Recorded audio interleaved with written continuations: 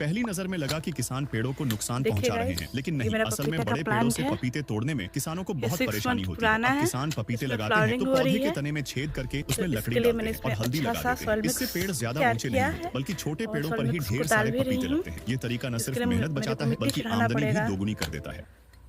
Compost भी add की हूँ मैं इसमें।